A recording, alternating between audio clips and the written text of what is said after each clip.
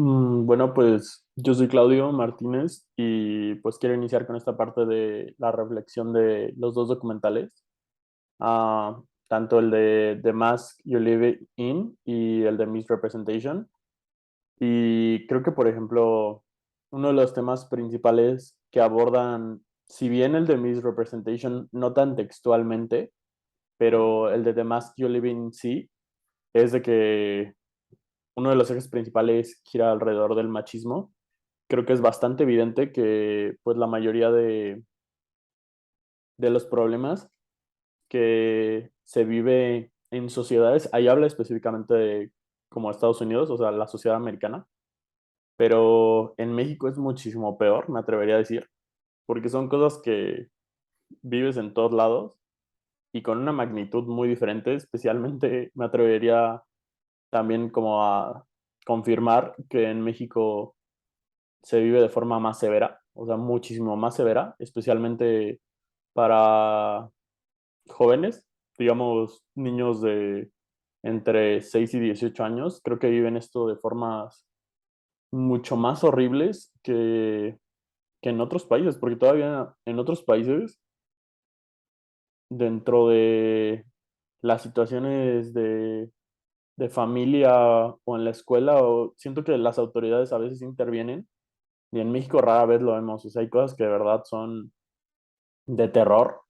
Ah, Mismos, o sea, los comentarios que te dicen, creo que en otros países a veces tienen más corazón en cuanto a las cosas que te dicen, porque en México sí, o sea, claro, si eres un hombre, por ejemplo, y no eres suficientemente masculino como los demás, o sea, te tachan de todo, te dicen de todo y hacen tu vida prácticamente un infierno. Dijeras tú, bueno, nada más es en la escuela, te cambian de escuela y ya, o sea, hasta en tu propia casa, tus papás, tus tíos, abuelos, etcétera, o sea, te imponen esta cultura del machismo de forma horrible, tanto si eres hombre como eres mujer. Claro que siendo mujer, o sea, me atrevería también a confirmar que es más evidente. Podemos decir que es más evidente. ¿Por qué? Porque tú como mujer vives, o sea, como en este régimen alrededor como de ti, como encerrándote, y tú siendo hombre vives este régimen no solo encerrando también, sino de que como que te atrapa siendo tú la misma jaula y no te das cuenta. Hay veces que no te das cuenta. Hay veces que todos caemos en micromachismos o macromachismos que cometemos por el simple hecho de que nos educaron así. Claro, está mal, claro, no lo justifica, por supuesto que no.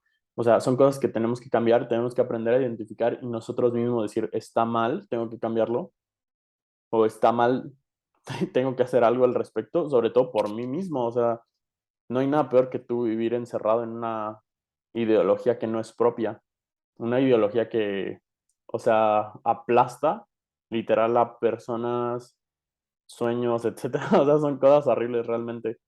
Am, También creo que una de las cosas que destacan mucho en el documental, y creo que es mismo del de The Mask You Live In, que prácticamente habla de cómo te imponen el qué tan masculino tienes que ser y qué estándares tienes que llenar. O sea, este bias, todos estos prejuicios, son bias y también me atrevería a decir que son como etiquetas que te ponen, que tú tienes que llenar. Eso es horrible.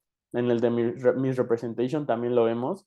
O sea, es como, ¿a qué estándares tienes que tirarle? ¿A qué le estás tirando tú? ¿Qué persona tienes que ser? ¿Qué tipo de ropa te tienes que poner como mujer? ¿Qué tipo de cuerpo tienes que tener? ¿Por qué? Para impresionar al hombre, claro. O sea, eso está terrible.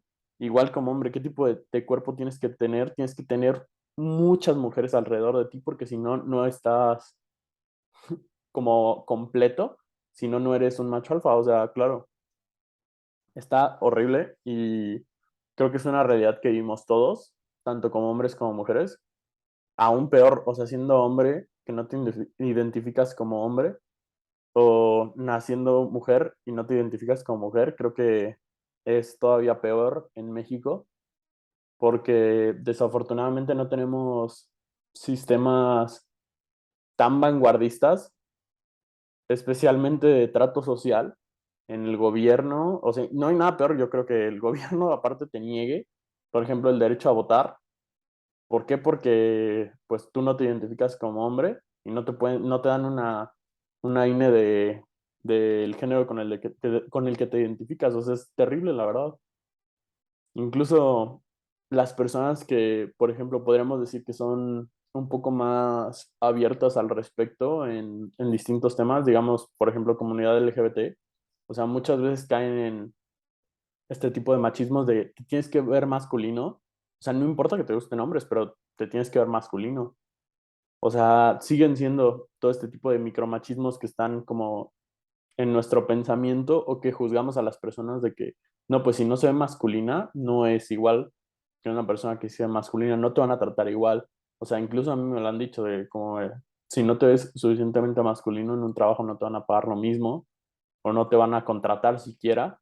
O sea, son cosas que son bastante tontas, ya que al final del día, cómo te veas, no habla de qué tan preparado estés. Lo mismo hablaban en el documental de Misrepresentation, que decían que, por ejemplo, a las mujeres no las valoran intelectualmente, solo físicamente, y es terrible y es completamente cierto. ¿A cuántos hombres o sea, no les dan un premio de X cosa por algún descubrimiento? No es por cómo se vistan, sino es por, pues, en general, o sea, qué descubrieron, qué tanto conocimiento tienen, o sea, los premian por eso, les pagan por eso, porque a las mujeres no va a ser igual.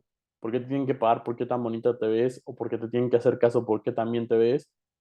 O si ejerces un puesto de autoridad, ¿por qué te tienen que decir mandona? O sea, cuando solo estás literalmente ejerciendo tu autoridad, o sea, es algo que me parece muy mal y que creo que todo se gira alrededor de la educación. También deberíamos empezar por ahí.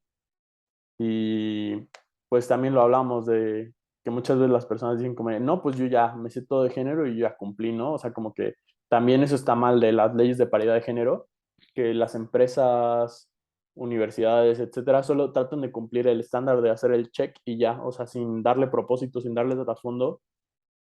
Creo que es lo primero que deberíamos cambiar, como hacer leyes de calidad y no de cantidad. Entonces, bueno, creo que sería todo por esta parte.